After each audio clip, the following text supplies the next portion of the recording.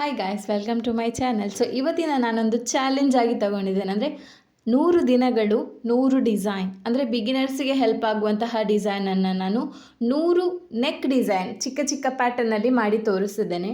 ಇವತ್ತು ನಾನು ಫಸ್ಟ್ ಡಿಸೈನನ್ನು ಮಾಡ್ತಾ ಇದ್ದೇನೆ. ಸೊ ಅದಕ್ಕೆ ಬೇಕಾಗಿರುವಂತಹ ಮೆಟೀರಿಯಲ್, ಸೊ ಮೊದಲಿಗೆ ಚೈನ್ ಸ್ಟಿಚ್ ಹಾಕಲು ನಮಗೆ ಝರಿ ಥ್ರೆಡ್ ಮತ್ತು ಬೀಡ್ಸ್ ಸ್ಟಿಚ್ ಮತ್ತು ಥ್ರೆಡ್ ಸ್ಟಿಚ್ಚಿಗೆ 2 ನೀಡಲ್ ಮತ್ತು ಬೀಡ್ಸ್ ಸ್ಟಿಚ್ ಮಾಡಲಿಕ್ಕೆ ನೈಲಾನ್ ಥ್ರೆಡ್, ಶುಗರ್ ಬೀಡ್ಸ್ ಮತ್ತು ಸ್ವಲ್ಪ 3mm ಬೀಡ್ಸ್ ಮತ್ತು ಸ್ಟೋನ್ಸ್ ಯಾವ ಸ್ಟೋನ್ಸ್ ಇದೆ ಆ ಸ್ಟೋನ್ಸ್. ಫಸ್ಟಿಗೆ ನಾವು 2 ಲೈನ್ ಚೈನ್ ಸ್ಟಿಚ್ ಹಾಕ್ಕೊಳ್ಬೇಕು. ಸೊ ಫಸ್ಟಿಗೆ ನಾವು 2 ಲೈನ್ ಚೈನ್ ಸ್ಟಿಚ್ ಹಾಕ್ಕೊಳ್ವಾ.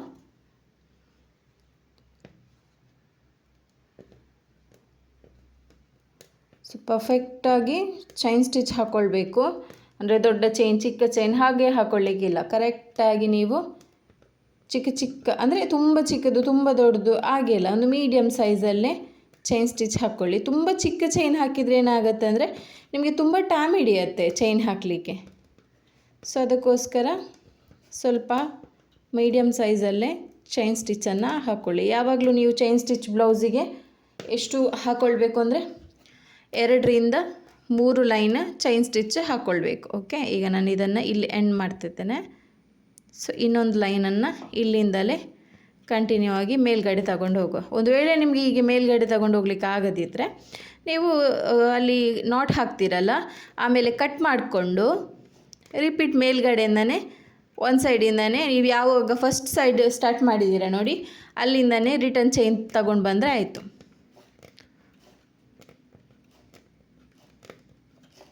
ಸೊ ಇದು ಬಿಗಿನರ್ಸಿಗಂತೂ ತುಂಬ ಹೆಲ್ಪ್ ಆಗುತ್ತೆ. ಈ ನಾನು 100 days 100 ಡಿಸೈನನ್ನು ಮಾಡ್ತಾ ಇದ್ದೇನೆ. ಸೊ ಬಿಗಿನರ್ಸಿಗಂತೂ ತುಂಬ ಹೆಲ್ಪ್ ಆಗುತ್ತೆ. ಸೊ ಯಾರಾದರೂ ಈ ಚಾನಲನ್ನು ಬಿಗಿನರ್ಸ್ ನೋಡ್ತಿದ್ರೆ, ಆರಿ ವರ್ಕ್ ಈಗ ಕಲಿತಿದ್ದೀವಿ, ಏನಾದರೂ ಒಂದು ಅಚೀವ್ ಮಾಡಬೇಕು ಆರಿ ವರ್ಕಲ್ಲೇ, ಒಂದು ಏನಾದರೂ ಸಿಂಪಲ್ಲಾಗಿ ಆದರೂ ಕಲಿಬೇಕು, ಆನ್ಲೈನಲ್ಲಿ ಫೀಸ್ ಕಟ್ಟಲಿಕ್ಕೆ ಕಷ್ಟ ಆಗುತ್ತೆ, ನಾವು ಯೂಟ್ಯೂಬ್ ನೋಡಿಕೊಂಡೇ ಕಲಿತೀವಿ ಅನ್ನೋರಿಗೆ ಈ ವಿಡಿಯೋ ತುಂಬ ಯೂಸ್ ಆಗುತ್ತೆ. ನಾನು ನಿಮಗೆ 100 ಡಿಸೈನ್ ಅಂದರೆ ಚಿಕ್ಕ ಮಾತಲ್ಲ. ನಿಮಗೆ ನಾನೀಗ ಚಿಕ್ಕ ಡಿಸೈನ್ ತೋರಿಸಿದ್ರು ನೀವು ಅದೇ ಸೇಮ್ ಮೆಥಡನ್ನು ಇಟ್ಕೊಂಡು ನೀವು ನಿಮ್ಮ ಬ್ಲೌಸಿಗೆ ಬೇಕಾದ್ರೂ ಮಾಡ್ಬೋದು. ಈಗ ನೋಡಿ ನಂದು 3 ಲೈನ್ ಚೈನ್ ಕಂಪ್ಲೀಟ್ ಆಯಿತು. ಇದನ್ನು ನೀವು ಫುಲ್ ನೆಕ್ಕಿಗೆ ಮತ್ತು ಫುಲ್ ಸ್ಲೀವ್ಸಿಗೆ ಬೇಕಾದ್ರೂ ಮಾಡ್ಕೊಳ್ಬೋದು ಸೇಮ್ ಡಿಸೈನನ್ನು.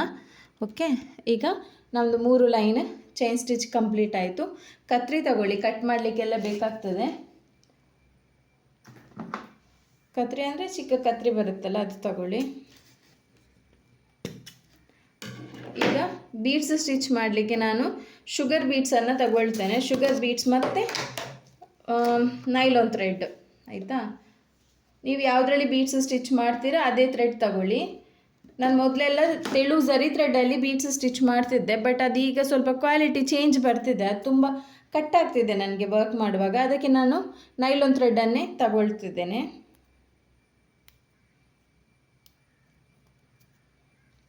ಸೊ ಫಸ್ಟಿಗೆ ನೈಲಾನ್ ಥ್ರೆಡ್ಡಿಗೆ ನಾನು ಗಂಟು ಹಾಕ್ಕೊಳ್ಬೇಕು. ಅಂದರೆ ನಿಮಗೆ ಝರಿ ಥ್ರೆಡ್ಡಿಗೆ ನಾವು ಕೈಯನ್ನು ಸ್ವಲ್ಪ ಇದು ಅಂದರೆ ಒಂದು ಗಂಟು ಥರ ಹಾಕ್ಕೊಳ್ಬೋದು, ಆದರೆ ನೈಲಾನ್ ಥ್ರೆಡ್ಡಿಗೆ ನೀವು ಸ್ವಲ್ಪ ಬೇರೆ ಥರನೇ ಗಂಟು ಹಾಕ್ಕೊಳ್ಬೇಕಾಗತ್ತೆ, ಇಲ್ಲಾಂದರೆ ಹೋಗುತ್ತೆ ಅದು. ಸೊ ಸ್ಟಾರ್ಟಿಂಗ್ ನಾನಿಲ್ಲಿ ನೈಲಾನ್ ಥ್ರೆಡ್ಡನ್ನು ಇಲ್ಲಿ ತಗೊಂಡು ನೋಡಿ ಇಲ್ಲೊಂದು ನಾಟ್ ಹಾಕ್ಕೊಳ್ತೇನೆ ಫಸ್ಟಿಗೆ.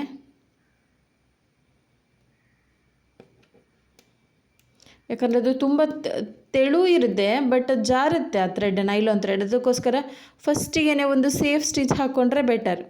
ನೋಡಿ ಒಂದು ನಾಟ್ ಹಾಕ್ಕೊಂಡಿದ್ದೇನೆ. ಈಗೇನು ಮಾಡಬೇಕಂದ್ರೆ ಶುಗರ್ ಬೀಡನ್ನು ನಾನು ನೋಡಿ ನನ್ನದು ಬಾಕ್ಸಲ್ಲೇ ಇದೆ ತುಂಬ, ಸೊ ಹಾಗಾಗಿ ನಾನು ಒಟ್ಟಿಗೆ ಶುಗರ್ ಬೀಡನ್ನು ತಗೊಳ್ತೇನೆ. ನೀವು ಯಾವಾಗಲೂ ಶುಗರ್ ಬೀಡನ್ನು ಐರನ್ ನೀಡಲಲ್ಲೇ ಹಾಕಲಿಕ್ಕೆ ಪ್ರಾಕ್ಟೀಸ್ ಮಾಡಬೇಕು. ಯಾಕಂದರೆ ನೀವು ತುಲಿಪ್ ನೀಡಲಲ್ಲಿ ಹಾಕಲಿಕ್ಕೆ ಬೀಡ್ಸ್ ಹಾಕಲಿಕ್ಕೆ ಪ್ರಾಕ್ಟೀಸ್ ಮಾಡ್ತೀರಾ, ಓಕೆ, ಬಟ್ ನಿಮಗೆ ಬೀಡ್ಸ್ ಎಲ್ಲ ಸ್ಟಿಚ್ ಆದಮೇಲೆ ನಿಮಗೆ ಜರ್ದೋಸಿ ಎಲ್ಲ ಸ್ಟಿಚ್ ಮಾಡಲಿಕ್ಕೆ ಬರುತ್ತೆ. ಆಗ ನಿಮಗೆ ತುಲಿಪ್ ನೀಡಲಲ್ಲಿ ದೊಡ್ಡ ಜರ್ದೋಸಿ ತೊಗೊಳ್ಳಿಕ್ಕಾಗಲ್ಲ. ಆಗ ನಿಮಗೆ ತುಂಬ ಕಷ್ಟ ಆಗುತ್ತೆ. ಅಂದರೆ ಮತ್ತೆ ಪ್ರಾಕ್ಟೀಸ್ ಮಾಡೋದಕ್ಕಿಂತ ನೀವು ಬೀಡ್ಸ್ ವರ್ಕ್ ಕಲಿಯುವಾಗಲೇ ಪ್ರಾಕ್ಟೀಸ್ ಮಾಡಿದರೆ ಒಳ್ಳೆಯದು ಅಂತ ನನ್ನ ಪ್ರಕಾರ. ಯಾಕಂದರೆ ಒಮ್ಮೆಲೆ ನೀವು ಜರ್ದೋಸಿ ಸ್ಟಿಚ್ ಮಾಡಲಿಕ್ಕೆ ಐರನ್ ನೀಡಲಲ್ಲಿ ಮಾಡ್ತೇನೆ ಅಂದರೆ ಅದು ಖಂಡಿತ ಆಗಲ್ಲ. ಯಾಕಂದರೆ ನಿಮಗೆ ಅದು ನೋಡಿ, ಈಗ ಐರನ್ ನೀಡಲಲ್ಲಿ ಐರನ್ ಇದು ಸೂಜಿ ಉಂಟಲ್ಲ, ಅದು ತುಂಬ ಸಪೂರ ಮತ್ತು ಉದ್ದ ಇರುತ್ತೆ, ನಿಮಗೆ ಗ್ರಿಪ್ ಸಿಗಲ್ಲ. ಅದೇ ನೀವು ತುಲಿಪ್ ನೀಡಲಲ್ಲೇ ಪ್ರಾಕ್ಟೀಸ್ ಮಾಡ್ತಾ ಮಾಡ್ತಾ ಒಂದೇ ಸಲಕ್ಕೆ ನೀವು ಜರ್ದೋಸಿ ಸ್ಟಿಚ್ ಮಾಡಲಿಕ್ಕೆ ಹೋಗುವಾಗ ಚಿಕ್ಕ ಚಿಕ್ಕ ಪೀಸ್ ಕಟ್ ಮಾಡ್ಕೊಂಡು ಮಾಡಬೇಕಾಗತ್ತೆ, ಮತ್ತು ತುಂಬ ಡಿಫ್ರೆಂಟ್ ಡಿಸೈನ್ ಮಾಡಲಿಕ್ಕಾಗಲ್ಲ ನಿಮಗೆ. ಸೊ ಹಾಗೆ ತುಂಬ ಕಷ್ಟ ಆಗುತ್ತೆ ನಿಮಗೆ. ಅದಕ್ಕೆ ಹೇಳೋದು ನಾನು ಸ್ಟಾರ್ಟಿಂಗ್ ನನ್ನ ಸ್ಟೂಡೆಂಟ್ಸಿಗೆ ಕೂಡ, ಆರಿ ವರ್ಕ್ ಆನ್ಲೈನ್ ಕ್ಲಾಸ್ ಸ್ಟೂಡೆಂಟ್ಸ್ಗೆ ಕೂಡ ನಾನು ಹೇಳೋದೇನೆಂದರೆ, ಬೀಡ್ಸ್ ವರ್ಕ್ ನೀವು ಐರನ್ ನೀಡಲಲ್ಲೇ ಪ್ರಾಕ್ಟೀಸ್ ಮಾಡಿ. ಒಂದು ವೇಳೆ ನೀವು ಒಂದು ತಿಂಗಳು ಪ್ರಾಕ್ಟೀಸ್ ಮಾಡಿ ಕೂಡ ಬರದಿದ್ದರೆ ಬೇಕು ಅಂತಾದರೆ ನೀವು ತುಲಿಪ್ ನೀಡಲ್ ಯೂಸ್ ಮಾಡ್ಬೋದು. ಒಂದು ತಿಂಗಳಲ್ಲ, ಒಂದು ಕರೆಕ್ಟ್ ನೀವು ಒಂದು 4-5 ದಿನ ಅದರಲ್ಲೇ ಪ್ರಾಕ್ಟೀಸ್ ಮಾಡಿದರೆ ಖಂಡಿತ ನಿಮಗೆ ಐರನ್ ನೀಡಲಲ್ಲಿ ಬೀಡ್ಸ್ ವರ್ಕ್ ಬರುತ್ತೆ. ಅಂದರೆ ನಾವು ಪ್ರಾಕ್ಟೀಸ್ ಮಾಡೋದು ಮುಖ್ಯ. ನಾವು ಒಂದು ಸಲ ಬರಲಿಲ್ಲ ಅಂತ ಸುಮ್ಮನೆ ಕೂತ್ಕೊಂಡ್ರೆ ಅದು ಬರಲ್ಲ ಅಲ್ವಾ. ನಾವು ಈಗ ನೋಡಿ, ನಾವು ಕೂಡ ಸ್ಟಾರ್ಟಿಂಗ್ ಪ್ರಾಕ್ಟೀಸ್ ಮಾಡುವಾಗ ಐರನ್ ನೀಡಲಲ್ಲಿ ಬರ್ತಾನೆ ಇರಲಿಲ್ಲ, ಮತ್ತು ಈಗ ಇಷ್ಟು ಫಾಸ್ಟಾಗಿ ಹೇಗೆ ಬರುತ್ತೆ ವರ್ಕ್ ಮಾಡಲಿಕ್ಕೆ. ಸೊ ಬನ್ನಿ ನಾವೀಗ ಸ್ವಲ್ಪ ನಮ್ಮದು 3mm ಬೀಡ್ಸನ್ನು ಸ್ಟಿಚ್ ಮಾಡುವ. ನೀವು ನೋಡ್ಬೋದು, ಅಂದರೆ ಕೆಲವರು ಏನು ತಿಳ್ಕೊಳ್ತಾರೆ ಅಂದರೆ, ಆರಿ ವರ್ಕ್ ಕಲೀಲಿಕ್ಕೆ ತುಂಬ ಹಣ ಬೇಕು, ಆರಿ ವರ್ಕ್ ಬಿಸ್ನೆಸ್ ಮಾಡಲಿಕ್ಕೆ ತುಂಬ ಹಣ ಬೇಕು. ಇಲ್ಲ, ನಿಮ್ಮ ಹತ್ರ ನಾನು ನಿಮಗೆ ಸಿಂಪಲ್ ಎಕ್ಸಾಂಪಲ್ ಏನು ಕೊಡ್ತೇನೆಂದರೆ, ಈಗ ನಾನು ಆರಿ ವರ್ಕ್ ಸ್ಟಾರ್ಟ್ ಮಾಡಿ 6 ಇಯರ್ಸ್ ಆಯಿತಾ. ಸೊ 6 ಇಯರ್ಸಲ್ಲಿ ಈ ಬೀಡ್ಸ್ ಎಲ್ಲ ಹಾಕಲಿಕ್ಕೆ ನಾನೇನು ದೊಡ್ಡ ಸ್ಟೈಲ್ ಡಬ್ಬ ಏನು ತಗೊಳ್ಳಿಲ್ಲ. ನಾನು ತಗೊಂಡಿರೋದೇ ನಾವು ಯೂಸ್ ಮಾಡುವಂತಹ ಐಸ್ ಕ್ರೀಮ್ ಬಾಕ್ಸ್, ಅದರಲ್ಲೇ ನಾನು ಹಾಕ್ತಾ ಇದ್ದೇನೆ. ಅದು ಈಗಲೂ ನಾನು ಅದರಲ್ಲೇ ಸ್ಟೋರ್ ಮಾಡಿ ಇಡ್ತೇನೆ. ಅಂದರೆ ಎಲ್ಲ ಬೀಡ್ಸಿಗೂ ಡಬ್ಬ ತೊಗೊಂಡು ಬರಲಿಕ್ಕೆ ಆಗಲ್ಲ. ಹಾಗಾಗಿ ನಮ್ಮ ಮನೆಯಲ್ಲೇ ಏನಿದೆ ಅದನ್ನು ಯೂಸ್ ಮಾಡ್ಕೊಳ್ಬೋದು. ನೀವು ಹೇಳಿದರೆ ನಂಬಲಿಕ್ಕಿಲ್ಲ. ಏನಂದರೆ ನಾನು ಸ್ಟಾರ್ಟಿಂಗ್ ರಿಂಗ್ ಕೂಡ ಯೂಸ್ ಮಾಡ್ತಿರಲಿಲ್ಲ. ಐಸ್ ಕ್ರೀಮ್ ಡಬ್ಬ ಇದೆಯಲ್ಲ, ರೌಂಡ್ ಶೇಪಲ್ಲಿ ಒಂದು ಐಸ್ ಕ್ರೀಮ್ ಬಾಟಲ್ ಇದು ಬಾಕ್ಸ್ ಬರುತ್ತೆ, ಅದರ ಮುಚ್ಚಳವನ್ನು ಕಟ್ ಮಾಡಿ ಮತ್ತು ಆ ಡಬ್ಬದ್ದು ಫ್ರಂಟ್ ಅಂದರೆ ಆ ಬಾಯಿ ಹತ್ರ ಇರುವ ಪೀಸನ್ನು ಕಟ್ ಮಾಡಿ ಹಾಗೆ ನಾನು ಕಲ್ತಿರೋದು ಫಸ್ಟ್ ಸ್ಟಾರ್ಟಿಂಗ್.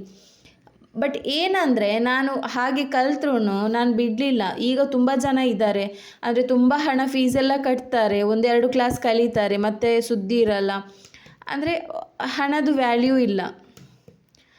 ಕೆಲವರಿಗೆ ಏನಾಗುತ್ತೆ, ಕೆಲವರಿಗೆ ಕೊಡುವವರು ಯಾರಿರಲ್ಲ ಪಾಪ, ಅವರೇ ಸೇವಿಂಗ್ಸ್ ಮಾಡಿ ಕ್ಲಾಸಿಗೆ ಜಾಯಿನ್ ಆಗಿ ಅವರೇ ಕಲ್ತೇನಾದರೂ ಅಚೀವ್ ಮಾಡ್ತಾರೆ. ಕೆಲವರಿಗೆ ಅಂದರೆ ಮನೆಯಲ್ಲಿ ಕೇಳಿದರೆ ಕೊಡ್ತಾರೆ, ಗಂಡ ಕೊಡ್ತಾರೆ, ಅಪ್ಪ ಕೊಡ್ತಾರೆ, ಹಾಗೆ. ಅಂದರೆ ಅದನ್ನು ಒಂದು ಸಲ ಫೀಸೆಲ್ಲ ಕಟ್ಟಿ 1-2 ದಿನ ಪ್ರಾಕ್ಟೀಸ್ ಮಾಡೋದು, ಮತ್ತು ಸುದ್ದಿ ಇರಲ್ಲ. ಸೊ ಹಾಗೆ ನಾವು ಯಾವತ್ತೂ ಮಾಡಬಾರ್ದು. ನಮಗೆ ಯಾವುದಾದ್ರೂ ಒಂದು ಅವಶ್ಯಕತೆ ಇತ್ತು ಅಂದರೆ ಮಾತ್ರ ನಾವು ಕಲಿಬೇಕಲ್ಲದೆ. ಮತ್ತು ನೀವು ಕೂಡ ಹಾಗೆ, ಈಗ ಆರಿ ವರ್ಕ್ ಕಲಿಬೇಕು ಅಂತ ಹೋಗ್ತೀರಾ, ಆರಿ ವರ್ಕ್ ಕಲಿಯುವಾಗ ತುಂಬ ಫೀಸ್ ಏನು ಕೊಟ್ಟು ಕಲಿಬೇಕು ಅಂತ ಇಲ್ಲ. ಅಂದರೆ ಈಗ ಎಲ್ಲ ಒಂದು ಬಿಸ್ನೆಸ್ ಆಗಿದೆ ಕ್ಲಾಸಸ್ ಎಲ್ಲ ಮಾಡೋದು. ಈಗ ತುಂಬ ನೀವು ಸೋಷಿಯಲ್ ಮೀಡ್ಯಾದಲ್ಲೆಲ್ಲ ನೋಡ್ಬೋದು, ಅಂದರೆ ಎಷ್ಟೆಷ್ಟೋ ಲಕ್ಷ ತಗೊಂಡು ಮೋಸ ಮಾಡ್ತಾರೆ, ಮತ್ತು ಎಷ್ಟೆಷ್ಟೋ ಸಾವಿರ ತಗೊಂಡು ಮೋಸ ಮಾಡ್ತಾರೆ. ಸೊ ಹಾಗೆಲ್ಲ ತುಂಬ ಇದೆ.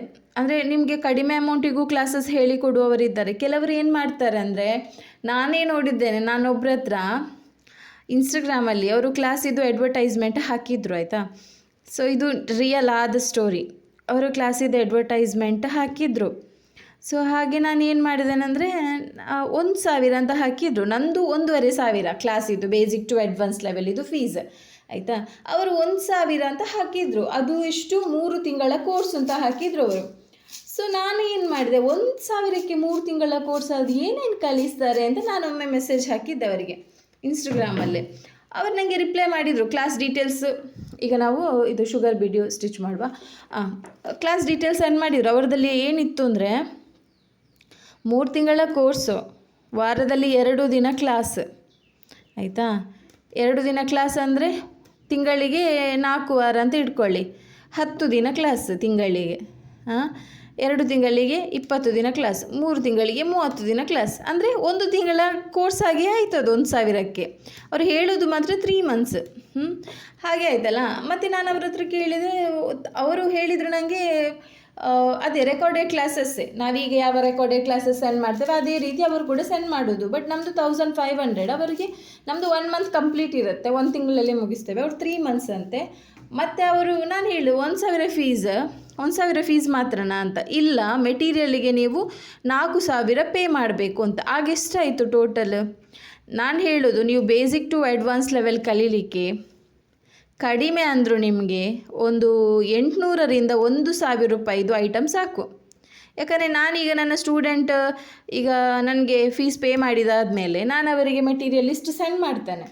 ಮೆಟೀರಿಯಲ್ ಲಿಸ್ಟ್ ಸೆಂಡ್ ಮಾಡುವಾಗ ನನಗೆ ಗೊತ್ತು ಒಂದೊಂದು ಮೆಟೀರಿಯಲ್ ಎಷ್ಟೆಷ್ಟು ಕಾಸ್ಟ್ ಬೀಳುತ್ತೆ ಅಂತ. ಯಾಕಂದರೆ 6 ಇಯರ್ಸ್ ಎಕ್ಸ್ಪೀರಿಯೆನ್ಸ್ ಇದೆ. ನನ್ನ ಬ್ಲೌಸಿಗೆ ವರ್ಕ್ ಅಂದರೆ ಕಸ್ಟಮರ್ ಬ್ಲೌಸಿಗೆ ವರ್ಕ್ ಮಾಡಲಿಕ್ಕೆ ನಾನು ತರ್ತೇನೆ ಹೋಗಿ. ನಂಗೆ ಗೊತ್ತಾಗುತ್ತೆ ಅಂದರೆ ಎಷ್ಟು ಅಮೌಂಟ್ ಇದೆ, ಒಂದೊಂದು ಬ್ಲೌಸಿಗೆ ಎಷ್ಟೆಷ್ಟು ಚಾರ್ಜ್, ಅಂದರೆ ಎಷ್ಟು ಏನು ಮೆಟೀರಿಯಲ್ ಹೋಗುತ್ತೆ ಅಂತ.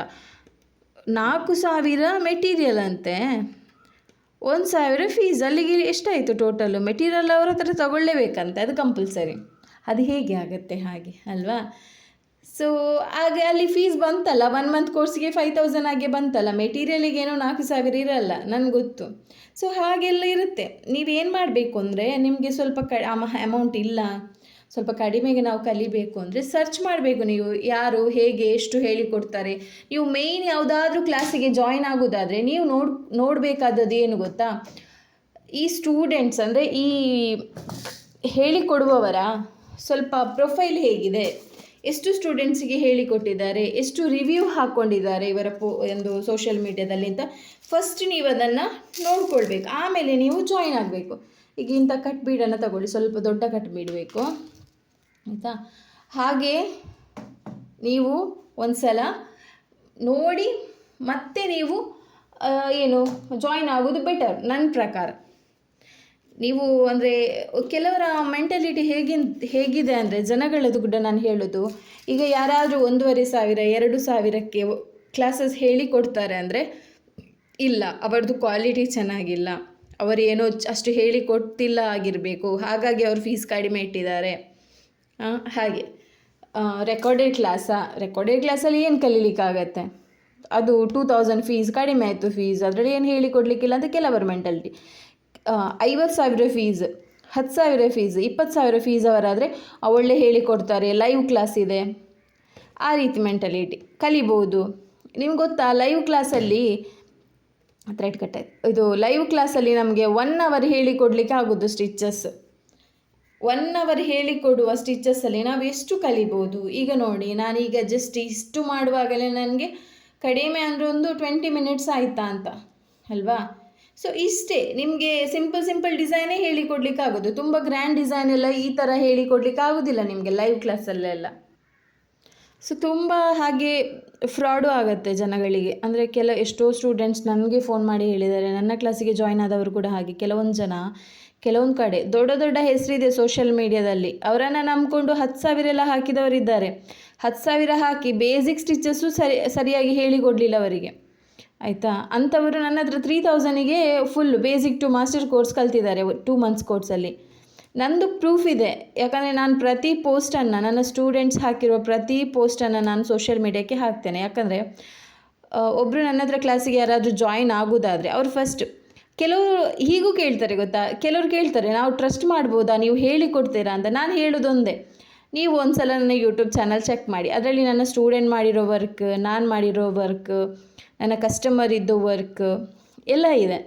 ನಿಮಗೆ ಒಂದು ವೇಳೆ ಅಂದರೆ ಟ್ರಸ್ಟ್ ಬಂತು, ಇವರು ಇಷ್ಟು ಫೀಸಿಗೆ ಹೇಳಿಕೊಡ್ತಾರೆ ಅನ್ನೋ ಒಂದು ಗ್ಯಾರಂಟಿ ಬಂತು ಅಂದರೆ ಮಾತ್ರ ನೀವು ಜಾಯಿನ್ ಆಗಿ. ಇಲ್ಲದಿದ್ದರೆ ನೀವು ನಾನು ನಿಮ್ಮ ಕಾಂಟ್ಯಾಕ್ಟನ್ನು ಆ್ಯಡ್ ಮಾಡ್ತೇನೆ. ನೀವು ಸ್ಟೇಟಸ್ ಅಪ್ಡೇಟ್ ನೋಡ್ಬೋದು, ನಂದು ಡೈಲಿ ಸ್ಟೇಟಸ್ ನಾನು ಹಾಕ್ತೇನೆ, ನನ್ನ ಸ್ಟೂಡೆಂಟ್ ಮಾಡಿರೋ ವರ್ಕ್ ಆಗಲಿ, ಅಥವಾ ನಾನು ಯಾವುದಾದ್ರು ಹೊಸ ಕೋರ್ಸನ್ನು ಸ್ಟಾರ್ಟ್ ಮಾಡ್ತಿದ್ದೇನೆ, ಸೊ ಫೀಸ್ ಎಷ್ಟಿದೆ, ಡೀಟೇಲ್ಸ್ ಏನು ಎಲ್ಲ ಹಾಕ್ತಾ ಇರ್ತೇನೆ ನಾನು ಪ್ರತಿದಿನ ಸ್ಟೇಟಸ್ಸಿಗೆ.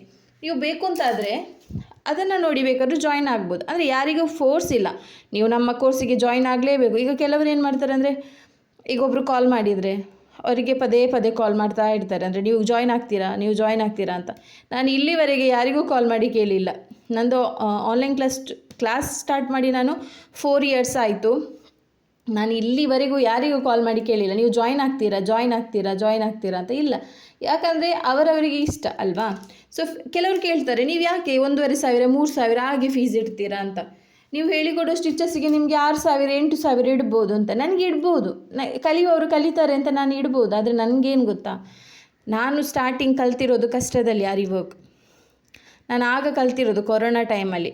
ಆಗ ನನಗೆ ಜಾಬ್ ಕೂಡ ಇರಲಿಲ್ಲ. ನಾನು ಯೂಟ್ಯೂಬ್ ನೋಡಿಕೊಂಡು ನಂದು ಸ್ವಲ್ಪ ಓನ್ ಐಡಿಯಾ ಹಾಕ್ಕೊಂಡು ಇಲ್ಲಿವರೆಗೆ ಬಂದಿದ್ದೇನೆ.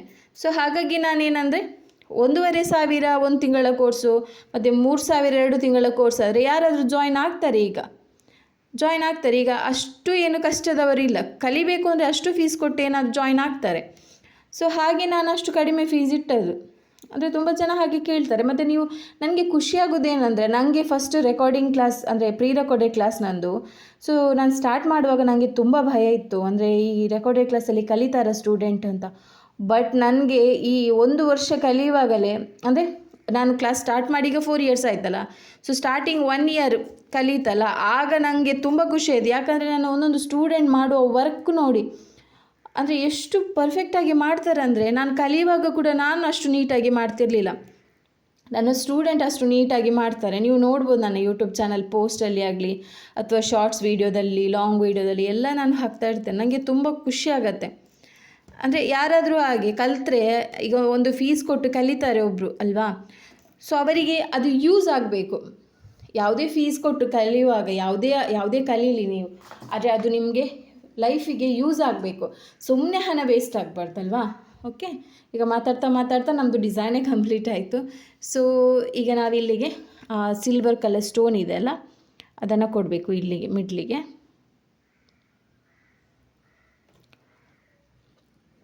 ಸೊ ಫುಲ್ಲು ಸ್ವಲ್ಪ ಗಮ್ ಹಾಕಿ, ಸ್ಟೋನ್ ಚಿಕ್ಕದಿತ್ತು ಅಂದರೆ ಸ್ವಲ್ಪ ಗಮ್ ಹಾಕಿ, ಸ್ಟೋನ್ ದೊಡ್ಡದಿತ್ತು ಅಂದರೆ ಸ್ವಲ್ಪ ದೊಡ್ಡ ಗಮ್ಮೆ ಹಾಕ್ಕೊಳ್ಬೋದು. ಸೊ ಬನ್ನಿ, ಈಗ ಇದು ನಂದು ಈಗ ಟ್ಯುಟೋರಿಯಲ್ ವೀಡಿಯೋ ಸ್ವಲ್ಪ ಲೆಂತ್ ಆಗ್ಬೋದು, ಸೊ ಪ್ಲೀಸ್ ಯಾರು ಸ್ಕಿಪ್ ಮಾಡಬೇಡಿ, ನೋಡಿ, ನಿಮಗೆ ಯೂಸ್ ಆಗುತ್ತೆ. ನಮಗೇನು ಗೊತ್ತಾ, ನಮಗೀಗ ಯೂಟ್ಯೂಬ್ ಚಾನಲ್ ನೋಡ್ಕೊಂಡು ಬೇಕಾದರೂ ಕಲಿಬೋದು ಆರಿ ವರ್ಕ್. ಬಟ್ ಯೂಟ್ಯೂಬ್ ಚಾನಲ್ ನೋಡ್ಕೊಂಡು ಕಲಿತ್ರೆ ನಮಗೆ ಮಿಸ್ಟೇಕ್ ಆದರೆ ಹೇಳಿಕೊಡುವವರು ಯಾರಿಲ್ಲ. ನಾವು ವರ್ಕ್ ಸರಿ ಮಾಡಿದ್ದೇವಾ ಇಲ್ವಾ ಅಂತ ಗೊತ್ತಾಗಲ್ಲ ನಮಗೆ. ಅದೇ ಯಾವುದಾದ್ರೂ ಒಂದು ಕಡಿಮೆ ಫೀಸ್ ಇರುವ ಕ್ಲಾಸಿಗೆಲ್ಲ ಸೇರಿಕೊಂಡ್ರೆ ಏನಾಗುತ್ತೆ, ಒಬ್ಬರು ಗೈಡ್ ಇರ್ತಾರೆ ನಿಮಗೆ. 1 ಮಂತ್ ಕೋರ್ಸ್ ಅಂದರೆ 1 ಮಂತಲ್ಲಿ ಕಂಪ್ಲೀಟ್ ಆಗುತ್ತೆ ನಿಮಗೆ. ಹಾಗೆ ಆಯಿತಾ. ನಂದು ಎಷ್ಟೋ ಸ್ಟೂಡೆಂಟ್ ಇದ್ದಾರೆ, ಫೀಸ್ ಪೇ ಮಾಡ್ತಾರೆ ಅವರು, ಅಂದರೆ ಜಾಸ್ತಿ 2-3 ದಿನ ಮಾಡ್ತಾರೆ, ಮತ್ತೆ ಸುದ್ದಿ ಇರಲ್ಲ. ಬಟ್ ನಾನು ಅವರಿಗೆ ಕ್ಲಾಸ್ ಕಳಿಸೋದನ್ನು ನಿಲ್ಲಿಸಲ್ಲ, ಕ್ಲಾಸ್ ಕಳಿಸ್ತಾ ಇರ್ತೇನೆ. ಅಂದರೆ ಅವರು ಯಾವಾಗ ಫ್ರೀ ಆಗ್ತಾರೆ ಆಗ ನೋಡಿ, ಅವ್ರದ್ದು ರಿಪ್ಲೈ ಬಂದ ತಕ್ಷಣ ನಾನು ಕ್ಲಾಸನ್ನು ಕಳಿಸ್ತಾ ಇರ್ತೇನೆ. ಯಾರಿಗೂ ಕ್ಲಾಸ್ ಪೆಂಡಿಂಗ್ ಬಿಡಲ್ಲ. ಯಾಕಂದರೆ ನಂದೇನೆಂದರೆ, ಅವರು ಇವತ್ತು ಕಲೀಲಿಲ್ಲ ಅಂದರೆ ನಾಳೆ ಆದರೂ ಕಲಿತಾರೆ ವೀಡಿಯೋ ನೋಡಿಕೊಂಡು ಅಂತ ನಾನು ವೀಡಿಯೋ ಸೆಂಡ್ ಮಾಡ್ತಾ ಇರ್ತೇನೆ. ಅದೇ ಈಗ ಅವರು ಯಾರಾದರೂ ಫೀಸ್ ಕೊಟ್ಟರೆ, ಈಗ ಅವರು ಕಲೀಲಿಲ್ಲ ಅಂತ ಅವರಿಗೆ ಏನು ನಾನು ಸ್ಟಾಪ್ ಮಾಡಲ್ಲ, ಜಸ್ಟ್ ಅವ್ರದ್ದೊಂದು ರಿಪ್ಲೈ ಬರಲಿಕ್ಕೆ ಕಾಯ್ತೇನೆ, ಮತ್ತು ನಾನು ಅವರಿಗೆ ಇದು ಮಾಡ್ತೇನೆ. ಅಂದರೆ ಕೆಲವರದ್ದು ಹೇಗಿರುತ್ತೆ ಅಂದರೆ, ನೀವು ಒಂದು ವೇಳೆ ಅವರದ್ದು 1 ವೀಕ್ ಕ್ಲಾಸ್ ಜಾಯಿನ್ ಆಗೋದಿದ್ರೆ ಅವರು ನಿಮ್ಮನ್ನು ಗ್ರೂಪಿಂದಲೇ ರಿಮೂವ್ ಮಾಡ್ತಾರೆ, ಆಯಿತಾ. ಇದೀಗ ನಾವು ಮೇಲ್ಗಡೆ ಬುಟ್ಟಸ್ ಟೈಪ್ ಕೊಡಬೇಕು, 3 mm ಬೀಡ್ಸ್ ಮತ್ತು ಒಂದು ಶುಗರ್ ಬೀಡ್, ಆಯಿತಾ. ಈ ರೀತಿ ತುಂಬ ಜನ ಕಾಲ್ ಮಾಡಿ ಕೂಡ ಕೇಳ್ತಾರೆ ನನಗೆ, ನೀವು ಲೈವ್ ಕ್ಲಾಸ್ ಮಾಡಲ್ವಾ, ರೆಕಾರ್ಡೆಡ್ ಕ್ಲಾಸಸ್ ಮಾತ್ರನಾ, ಕಲಿಬೋದಾ?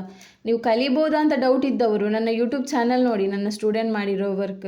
ಲೈವ್ ಕ್ಲಾಸಲ್ಲಿ ಕೂಡ ಅಷ್ಟು ಕಲಿಯಲ್ಲ. ನಾನು ಯಾಕೆ ಲೈವ್ ಕ್ಲಾಸ್ ಮಾಡೋದಿಲ್ಲ ಅಂತ ಹೇಳ್ತೇನೆ. ಲಾಸ್ಟ್ ಟೈಮ್ ನಾನೊಂದು ಲೈವ್ ಕ್ಲಾಸ್ ಮಾಡಿದ್ದೆ, ಆಗ ಏನಾಗುತ್ತೆ ಅಂದರೆ, ಒಂದು 20 ಜನ ಸೇರಿರ್ತಾರಾ.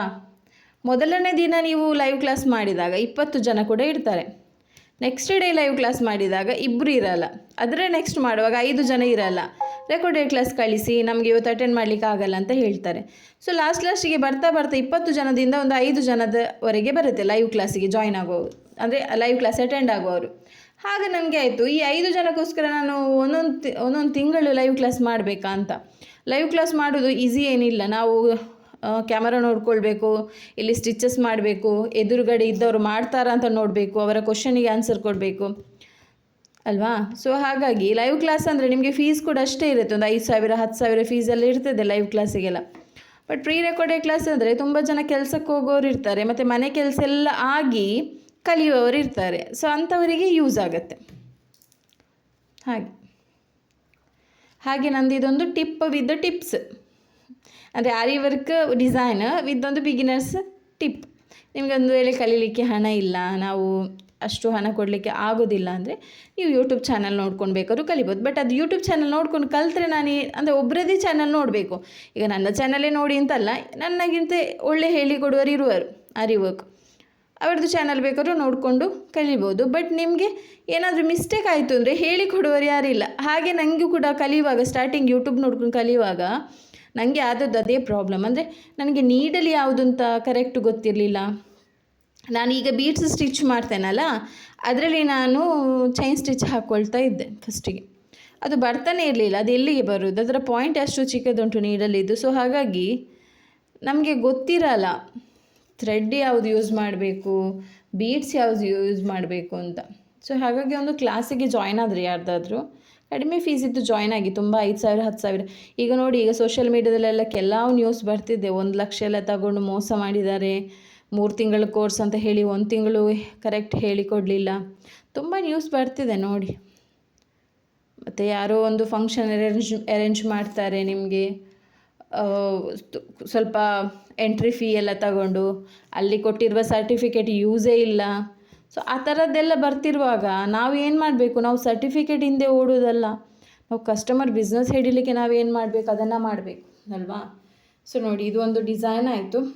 3 line chain stitch, sugar bead, 3 mm bead, ಶುಗರ್ ಬೀಡ್, ಮತ್ತು ನಾನು ಸ್ವಲ್ಪ ಪೈಪ್ ಬೀಡ್ಸ್ ಅಂದರೆ ಲಾಂಗ್ ಕಟ್ ಬೀಡನ್ನು ವಿ ಶೇಪ್ ಅಂದರೆ ಜಿಗ್ಜ್ಯಾಗ್ ಶೇಪಲ್ಲಿ ಸ್ಟಿಚ್ ಮಾಡಿ ಮಿಡ್ಲಿಗೆ ಸಿಲ್ವರ್ ಸ್ಟೋನ್ ಕೊಟ್ಟು ಮತ್ತೊಂದು ಚಿಕ್ಕ ಬುಟ್ಟಾಸ್ ಡಿಸೈನ್ ಥರ ಮಾಡಿದ್ದೇನೆ, ಆಯಿತಾ. ಸೊ ಈ ವಿಡಿಯೋ, ಈ ನನ್ನ ಮಾತು ನಿಮ್ಗೆ ಇಷ್ಟ ಆದರೆ ಲೈಕ್ ಮಾಡಿ, ಶೇರ್ ಮಾಡಿ, ಕಮೆಂಟ್ ಮಾಡಿ. ವಿಡಿಯೋ ಸ್ವಲ್ಪ ಲಾಂಗ್ ಇದೆ, ಸ್ಕಿಪ್ ಮಾಡಬೇಡಿ. Thank you.